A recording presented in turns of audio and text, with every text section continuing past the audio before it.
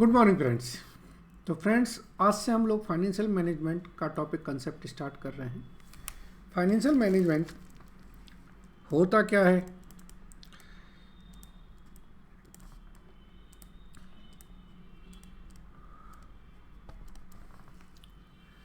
ठीक है,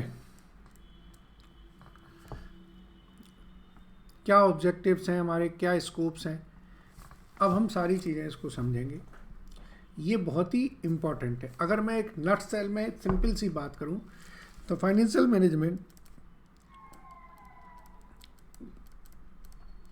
effectively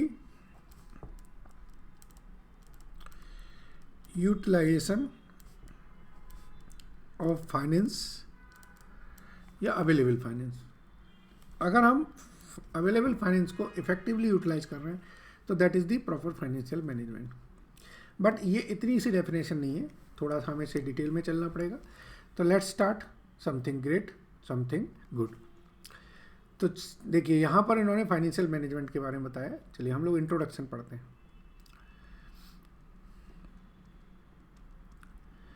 So we would like to explain financial management by giving a very simple scenario. For the purpose of starting a new business, an entrepreneur goes through the following stage. Number 1, decide which assets, premises, machinery to buy. पहले तो ये देखेगा कि क्या कौन सी assets खरीदनी है। फिर determine what is the total investment required, कितना पैसा चाहिए। Apart from buying assets, the entrepreneur would also need to determine how much cash he would need to run the daily operation, जिसे हम वर्किंग कैपिटल कहते हैं। तो अब ये पहला तो क्या कौन सी एसेट्स खरीदनी, कितना पैसा चाहिए और कितना पैसा ऑपरेशन चलाने के लिए चाहिए, वर्किंग कैपिटल के लिए। The next stage is to decide what all source does the entrepreneur need to tap the finance. अब अगला है कि ये पैसे आएंगे कहाँ से, ठीक है ना। So the source could be share capital, should be loan, should be unsecured loan, should be loan from institutional, ये सारी चीज़ें होती हैं, ठीक है। So while deciding how much to take from each resources, the entrepreneur would keep in the mind the cost of capital for each resources. As an entrepreneur, he would like to keep the cost of capital minimum. बिल्कुल ठीक है। So financial management is concerned with efficient acquisition. Efficient acquisition का मतलब acquire करना, loan लेना, and allocation in assets, working capital of funds with the objective to make profit. Okay, in other word, focus of financial management is to address 3 major financial decision. Number 1, where to get the money, कहाँ से लेना है, मतलब आपने equity से लेना है कि प्रेफरेंस से लेना है, डिवेंचर से लेना है कि बैंक से लोन लेना है कि फाइनेंशियल इंस्टीट्यूशन से लोन लेना है, कहाँ इन्वेस्ट करना है, और हाउ मच टू डिस्ट्रीब्यूट, कितना शेयर होल्डर को देना है और कितना अपने पास रखना। तो that is financing decision, investment decision and dividend decision. ये 3 पार्ट आपके फाइनेंशियल मैनेजमेंट के मेन रोल्स हैं, ठीक है। फिर आया यहाँ पर मीनिंग क्या है फाइनेंशियल मैनेजमेंट का। Financial management is the managerial activity which is concern with planning and controlling of firms financial resources. In other word, it is concern with acquiring, financing and managing assets to accomplish the overall objective, overall goal of a business enterprise, mainly to maximize the introduction shareholder wealth. Okay, so हमने समझा, एक तो introduction पे आए हम लोग, पहली heading, फिर दूसरी हेडिंग हमने समझी मीनिंग,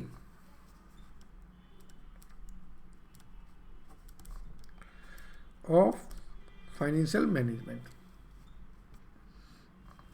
चलिए अब हम आगे जाते हैं। सो फाइनेंशियल मैनेजमेंट का 2 एस्पेक्ट होगा, एक तो प्रोक्योरमेंट्स और एक यूटिलाइजेशन। प्रोक्योरमेंट्स में अभी अब आया कि कहाँ से ले सकते हैं। सो ये हमने 5 सोर्सेज बताए हैं, owners funds, debentures, hire purchase, venture capital और कमर्शियल बैंक लोन्स। ये प्रोक्योरमेंट्स के सोर्स हो गए। अब इक्विटी शेयर्स आप जानते हैं, डिवेंचर आप जानते हैं, बैंक से आप लोन ले सकते हैं। बैंक में जो लोन होते हैं वो 2 तरीके के होते हैं, एक होता फंड बेस्ड और एक होता नॉन फंड बेस्ड। तो अब जो हमारे सोर्स ऑफ फंड है या फाइनेंस है या प्रोक्यूरमेंट, जो पैसे की प्रोक्यूरमेंट करना है, वो कहाँ कहाँ से हम कर सकते हैं। एक हम कर सकते हैं इक्विटी या प्रेफरेंस शेयर से, दूसरा डिवेंचर्स, तीसरा हम कर सकते हैं बैंक से एडवांस। तो बैंक से जो हम एडवांस लेते हैं,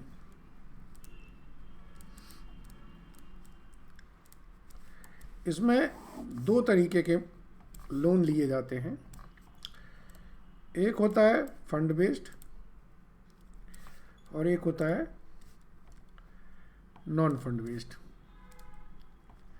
अब आपको नॉन फंड बेस्ड का मतलब है इसमें पैसा इन्वॉल्व नहीं होता है, इसमें इमेज स्टेक पे लगती है।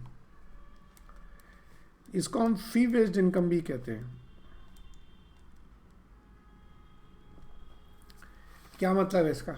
जैसे सपोज करिए आपने एक बड़ी कंपनी का या किसी गवर्नमेंट डिपार्टमेंट में आपने कॉन्ट्रैक्ट लेना है, तो आप क्या करेंगे, वहाँ पे अपनी बिड सबमिट करेंगे। अगर आपके कॉन्ट्रैक्ट आपको अवार्ड हो जाता है तो वो गवर्नमेंट डिपार्टमेंट आपसे कहेगा कि भाई आपका 10 करोड़ का कॉन्ट्रैक्ट है, आप मुझे 10 करोड़ की बैंक गारंटी ला के दो।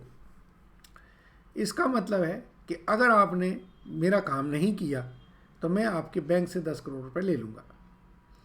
अब आप अपनी बैंक के पास जाते हो, कहते हैं भाई मेरे नाम से मुझे बैंक गारंटी दे दो। तो बैंक आपकी क्रेडिबिलिटी, आपके पहले से जो आपका एक्सपीरियंस रहा है बैंक के साथ में, उसके बेसिस पर आपको लोन देता है। अगर आपकी बैंक में लिमिट है, नॉन फंड बेस्ड लिमिट्स हैं, तो वो आपको इमीडिएटली दे देगा, नहीं तो आप पैसा जमा करके बैंक गारंटी इशू करा सकते हैं। बैंक गारंटी इशू करने के लिए कुछ पैसे चार्ज करता है, वो उनकी फीस होती है। तो बैंक का इसमें कोई पैसा लगता नहीं है, सिर्फ वो अपनी, चूँकि उनकी रेपुटेशन अच्छी है, बैंक को सब जानते हैं, सारे सरकारी डिपार्टमेंट जानते हैं, उसके बेसिस पर उन्हें लोन दे दिया जाता है, उन्हें क्रेडिबिलिटी मिलती है। तो यहाँ पर एक होती है LG, लेटर ऑफ गारंटी, और एक आपका लेटर ऑफ क्रेडिट होता है। फंड बेस्ड में बहुत तरीके के फंड्स होते हैं, जिसमें आपका cash credit, overdraft, term loan, ठीक है ना, वर्किंग कैपिटल लोन,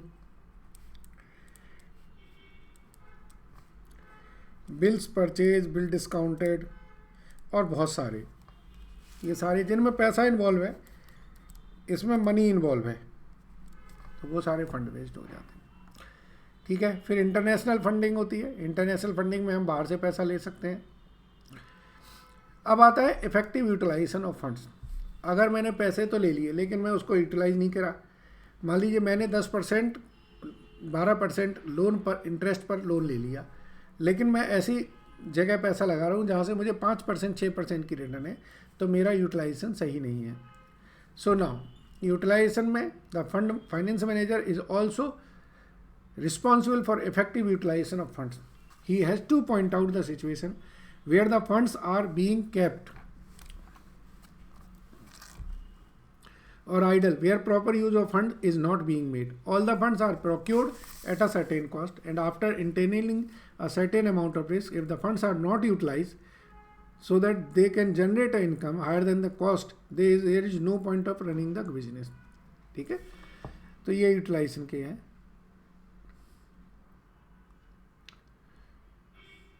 अब आता है finance function. So value of firm will depend on various function. It can be express is equal to function IFD। I का मतलब है इन्वेस्टमेंट, F का मतलब है फाइनेंसिंग डिसीजन, और D का मतलब है डिविडेंड डिसीजन। इन तीनों डिसीजन के बेसिस पर ही आपकी वैल्यू ऑफ फर्म डिसाइड होती है। सो इन्वेस्टमेंट डिसीजन का मतलब है कौन सी एसेट्स आप ले रहे हैं, कितने अमाउंट की ले रहे हैं। फाइनेंसिंग डिसीजन का मतलब है कि वो आप पैसा कहाँ से किस सोर्स से जनरेट कर रहे हैं। और डिविडेंड डिसीजन का मतलब है कि आप कितना पैसा शेयर होल्डर को दे रहे हो, कितना पैसा आपको अपने पास रख रहे हैं। ठीक है। फिर आता है अगला हेडिंग है वो importance of financial management. Importance of financial management, क्यों इंपॉर्टेंट है financial management? So financial management आज की डेट में बैकबोन है किसी भी ऑर्गेनाइजेशन का। पढ़ते हैं। Importance of financial management cannot be overemphasised, it is indeed the key to successful business operation. Without proper administration of finance, no business enterprises can reach its full potential for growth. So financial management is all about planning, investment, funding the investment, monitoring the expenses against budget, and managing gain from the investment. So financial management means management of all matter relating to the organization finance. The best way to demonstrate the importance of good financial management is to describe some of the tasks. Number 1, taking care not to over invest. ऐसा नहीं है सारा पैसा investment में assets में डाल दिया, return के लिए मतलब ऑपरेशन के लिए कोई पैसा नहीं। Balancing cash outflow with cash inflow, ensuring that there is sufficient level of short term working capital, setting sales revenue target that will deliver growth, increasing gross profit by setting the correct pricing for product और services, controlling the level of general and administrative expenses by finding more cost efficient ways of running the day-to-day business, tax planning that will minimize the taxes a business has to pay। तो ये सारी planning आपके financial management का part आती है। Financial management का मतलब finance का इफेक्टिव यूटिलाइजेशन, पैसा बचाना और पैसा कमाना दोनों ही फाइनेंस का पार्ट है। फिर आता है स्कोप। फाइनेंशियल मैनेजमेंट मैंने अभी बताया it is a backbone of any business. अगर आपका फाइनेंशियल मैनेजमेंट अच्छा नहीं है तो आपकी ऑर्गेनाइजेशन में ज़्यादा दिन चलेगी नहीं। सो देखिए फाइनेंशियल मैनेजमेंट को अगर मैं ओवरऑल देखूं, इट्स अ ऑब्जेक्टिव क्या है? Maximisation of share value. Share value कैसे होगी? फाइनेंशियल डिसीजन से, और वो तीनों डिसीजन आपके हैं जिसमें financial, investment and dividend decision है। इनकी रिटर्न और रिस्क का ट्रेड ऑफ हो जाएगा, वहाँ हमारा ऑप्टिमम यूटिलाइजेशन आ जाएगा। यहाँ से आ जाता है हमारा objective of the financial management. Friends, financial management के हमारे मेनली 2 ऑब्जेक्टिव्स होते हैं।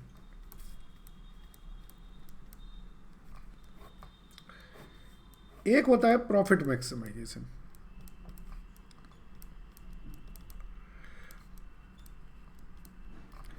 और एक होता है वेल्थ मैक्सिमाइजेशन। इसको मैं अभी एक एग्जांपल देता हूँ। आप लोगों ने फ्लिपकार्ट का तो नाम सुना है?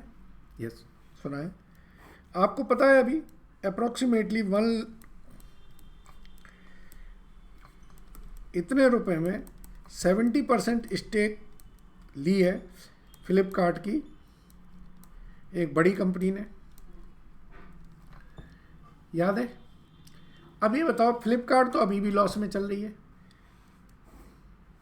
उसका तो प्रॉफिट है ही नहीं, लेकिन फिर भी उसकी वैल्यू 1,07,000 करोड़ मतलब अप्रोक्सीमेटली 1,50,000 करोड़ की वैल्यूएशन हुई है। हाउ?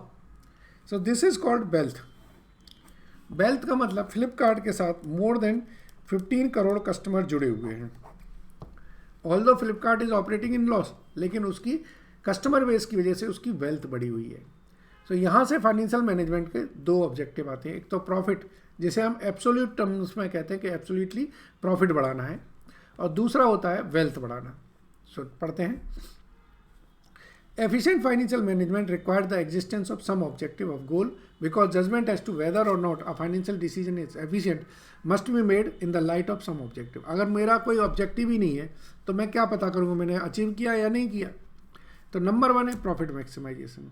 ठीक है, it has traditionally been argued that the prime objective of a company is to earn profit, hence the objective of financial management is also a profit maximisation. ठीक है, अब इसके बाद नीचे पढ़ रहे हैं हम लोग।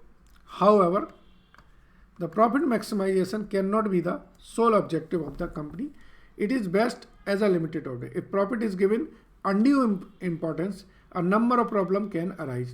Some of these: the term profit is vague, it does not clarify what exactly it means. Profit maximization has to be attempted with a realization of risk. Profit maximization as an objective does not take into the account of time pattern of return. Profit maximisation is too narrow, मतलब बहुत छोटी सोच है। अब हम बात करते हैं वेल्थ मैक्सिमाइजेशन की, जो फ्लिपकार्ट के साथ हुआ। We will first like to define what is wealth. Share holder wealth are the result of cost benefit analysis adjusted with their timing and risk, यानी कि time value of money. So present value of benefits minus present value of cost. Okay, so according to Van Horne, ये इन्होंने वेल्थ की definition दी है।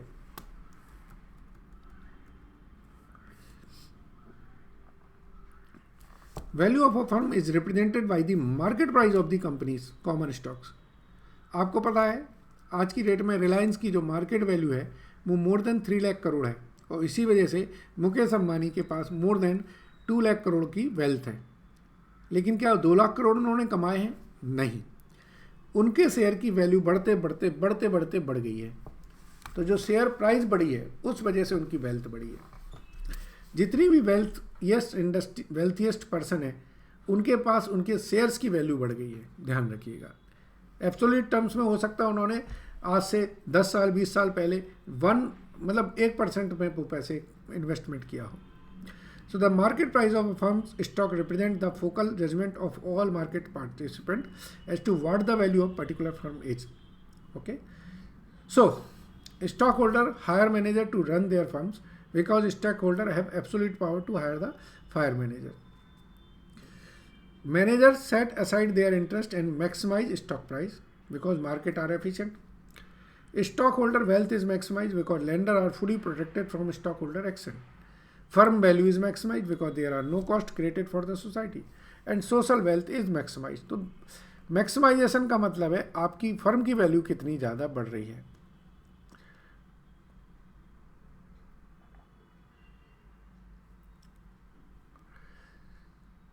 फिर यहाँ पर इन्होंने एक ये पैरा दिया, why wealth maximisation works. Before we answer this question it is important to first understand and know what other goals a business enterprises may have.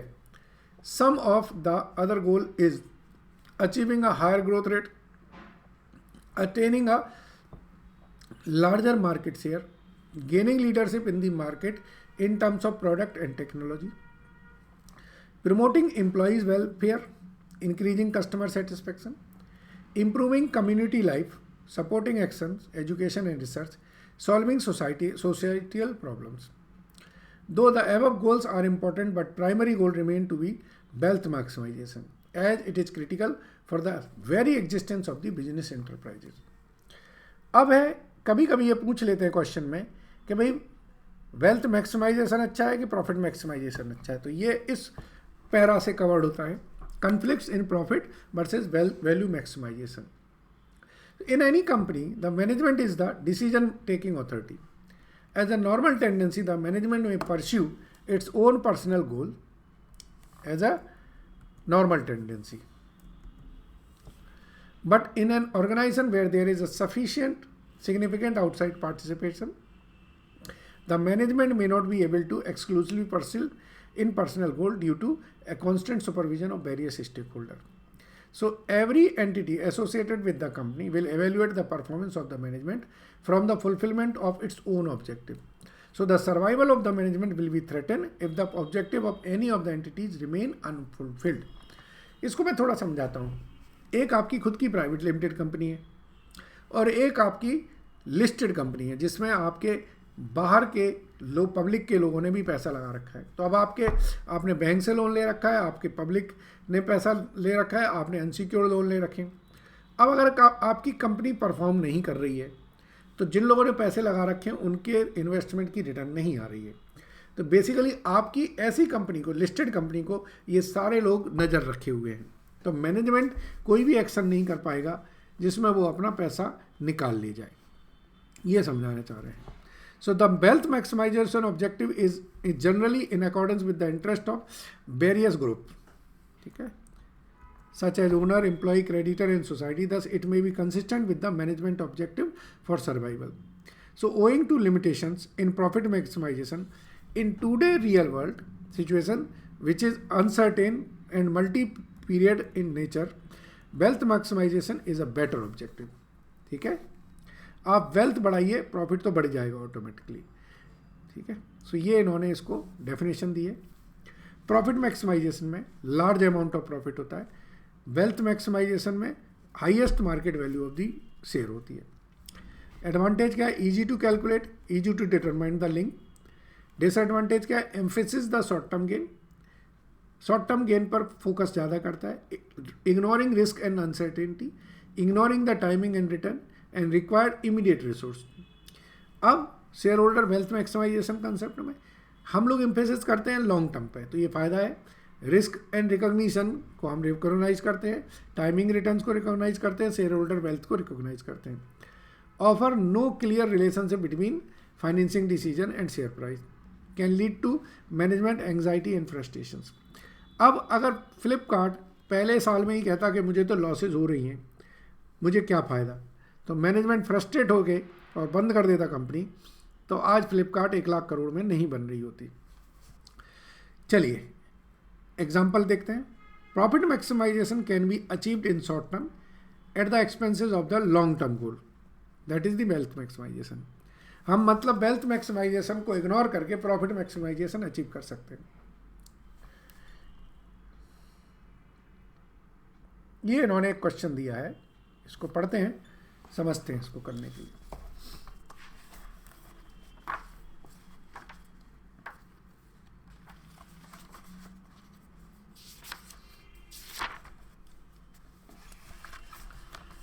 चलिए, a profit maximization does not consider risk or uncertainty, where wealth maximization considered both risk and uncertainty. Suppose there are two products X and Y and their projected earning are as under over the next 5 years. Okay, as shown below. So a profit maximization approach would favor product Y over product X.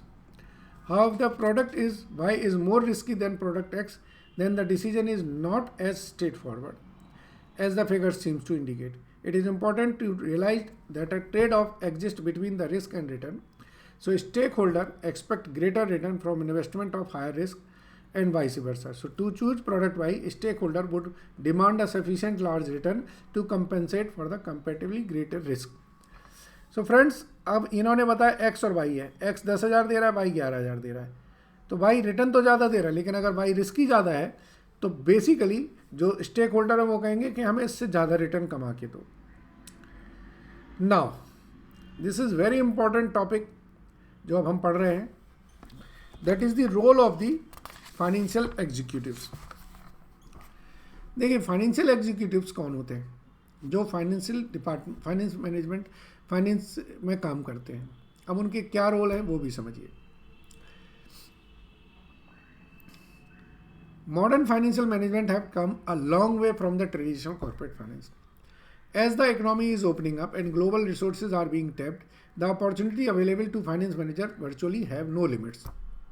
So now a new era has ushered during the recent years for chief finance officers in different organizations to finance executive is known in different names. However, their role and fluctuating functions are similar. His role assumes significance in the present day context of the liberalization, deregulation and globalization. ये heading है changing role of financial executives. ये finance executive technically ये CFO की हम बात कर रहे हैं। So today CFO team is expected to add values well beyond the traditional role of cost management, control and acting as a consequences of organization. These roles are challenging enough, but today's CFO is expected to work in collaboration by serving as the integration hub for key business processes, as a catalyst for changes, including business transformation, and as a consultant or trusty business advisor in helping to create sustainable growth rate. ये definition दी है Jeff Thompson ने, IMA president हैं and CEO हैं। सो to some it up, अगर हम सम करेंगे तो वो फाइनेंशियल एनालिसिस प्लानिंग करेगा CFO, इन्वेस्टमेंट डिसीजन देखेगा, फाइनेंसिंग एंड कैपिटल स्ट्रक्चर का डिसीजन करेगा, मैनेजमेंट करेगा फाइनेंशियल रिसोर्सेज का, और रिस्क मैनेजमेंट करेगा। ठीक है जी, ये इन्होंने CFO का एक रोल दे दिया है, ऑर्गेनाइजेशन चार्ट कह सकते हैं। CFO के साथ में ट्रेजरर एंड कंट्रोलर रहेंगे। ट्रेजरर आपका कैश मैनेजर और क्रेडिट मैनेजर, ठीक है। इसके बाद मतलब ये फंड्स को जनरेट कर रहे हैं। और कंट्रोलर में आपका accounting manager, cost accounting manager, tax manager और डाटा प्रोसेसिंग मैनेजर होगा, और इसके साथ एक इंटरनल। तो ये एक तो फंड फाइनेंस मनी पार्ट को देख रहा है, दूसरा आपका कंट्रोल पार्ट को देख रहा है। ये इन्होंने बहुत अच्छा चार्ट बना के दिया है जिसमें what a CFO used to do, पहले क्या करता था और अब क्या करता है। पहले बजट बनाता था, फोरकास्टिंग करता था, अकाउंटिंग करता था, ध्यान रखिए, ट्रेजरी का काम करता था, इंटरनल फाइनेंशियल रिपोर्ट बनाता था, क्वार्टरली रिपोर्ट बनाता था, टैक्स की फाइलिंग करता था, अकाउंट्स को ट्रैक करता था, खर्चों को मैनेज करता था। अब बजटिंग फोरकास्टिंग तो करता है, लेकिन अब प्रॉफिटेबिलिटी एनालिसिस करता है, प्राइसिंग एनालिसिस करता है, डिसीजन करता है कि भाई मुझे ये काम खुद करना चाहिए कि आउटसोर्स करना चाहिए, आईटी फंक्शन को देखता है, एचआर फंक्शन को भी कंट्रोल में रखता है, स्ट्रेटेजिक प्लानिंग करता है कि भाई क्या काम करना है क्या नहीं करना है, रेगुलेटरी कंप्लायंसेस हो रही कि नहीं हो रही, और रिस्क मैनेजमेंट। तो अब पहले सीएफओ से आज के सीएफओ में बहुत ग्लोबलाइजेशन चेंजेस आ चुके हैं। चलिए अब हम ये टॉपिक पढ़ते हैं, फाइनेंशियल डिस्ट्रेस। डिस्ट्रेस वर्ड से ही समझ में आ गया होगा कि भाई आपका फाइनेंशियल हिसाब किताब बिगड़ गया है। विजय माल्या, ठीक है, सहारा श्री, ये सब फाइनेंशियल डिस्ट्रेस से गुजर रहे हैं। चलिए पढ़ें। There are various factor like price of product, service, demand, price of inputs, raw material, labour, which is to be managed by the organization on a continuous basis. So production of debts also need to be managed by an organization very delicately. Higher debt requires higher interest rate, and if the cash inflow is not sufficient, then it will put lot of pressure to the organization. Suppose करिए एक company 200 crore की है जिसका turnover है और 20 करोड़ रुपए का उसका प्रॉफिट होता है, और उस कंपनी का 200 करोड़ रुपए का उसने लोन ले रखा है जिस पे उसे करीब 35 करोड़ रुपए का ब्याज देना होता है। तो ये कंपनी चलेगी? आप कहोगे सर 20 करोड़ तो कमा रहे हो, 35 करोड़ रुपए का ब्याज देना है, तो कैसे चलेगी, बचाएगा क्या? एग्जैक्टली सही है, क्योंकि ये हाईली लीवरेज्ड, हाईली डेप्ट कंपनी है। ऐसी कंपनी फाइनेंशियल स्ट्रेस में आ चुकी है और फिर ये इंसॉल्वेंसी की तरफ से चली जाती है। सो एक यहाँ पर अगली हेडिंग है, relationship of financial management with related discipline. ठीक है, तो फाइनेंशियल मैनेजमेंट का डिफरेंट सेगमेंट से कैसे उनके साथ कोरिलेशंस हैं वो समझते हैं। As an integral part of overall management, financial management is not a totally independent area. It draws heavily on related discipline and areas of study, namely economics, accounting, production, marketing, and quantitative methods. Even though these disciplines are interrelated, there are key difference amongst them. Financial management and accounting. Financial management और accounting में technically difference है. Accounting क्या करता है? Transaction को record करता है. ध्यान रखिए. The relation between financial management and accounting are closely related to that extent that accounting is an important input in financial decision making. In other words, accounting is necessary input into the financial management function. Accounting से data input आपको मिलता है.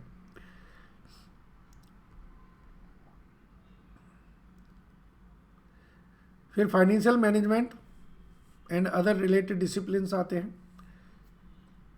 Financial decision areas में इन्होंने ये दिए हैं आपके कि investment analysis, working capital management, sources, determination, structures, ये सारे फाइनेंशियल मैनेजमेंट के पार्ट हैं. और ये सपोर्ट फंक्शन है, इसमें accounting, marketing, production and quantitative, ये आपके सपोर्ट डिसिप्लिन है.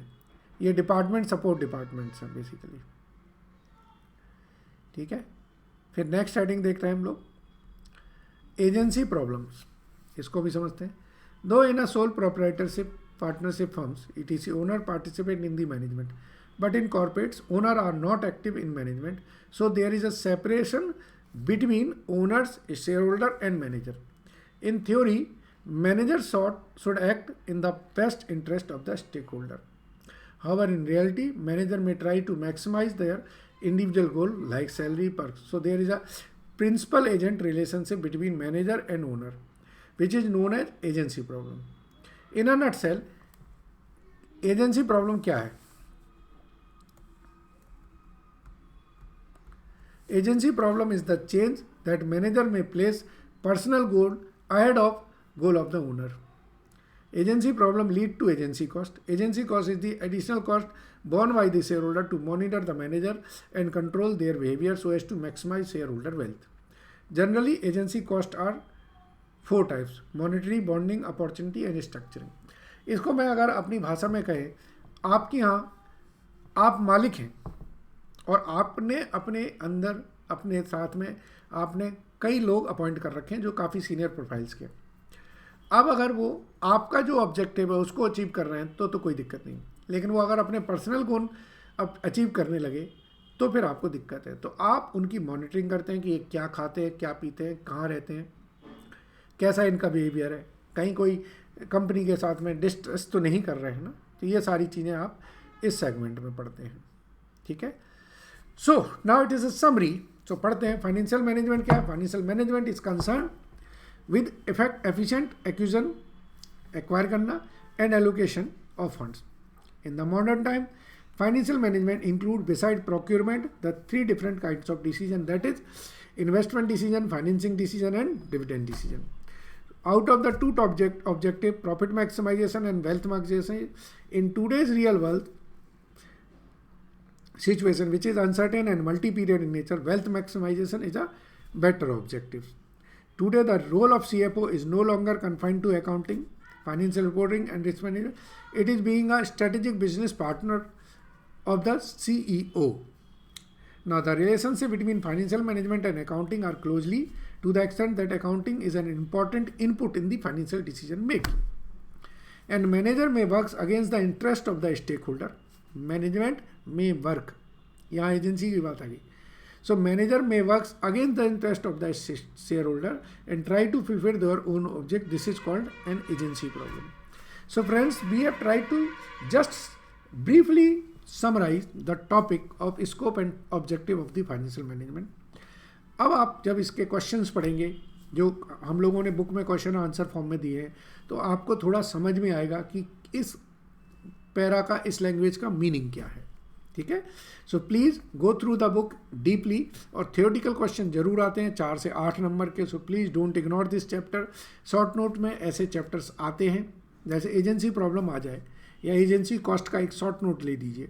अब आपको पता ही नहीं एजेंसी होती क्या है, एजेंसी कॉस्ट, तो आप कहेंगे सर जाने क्या आ गया, आउट ऑफ द सिलेबस आ गया।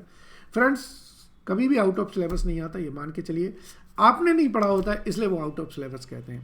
Thank you very much and good day, best of luck.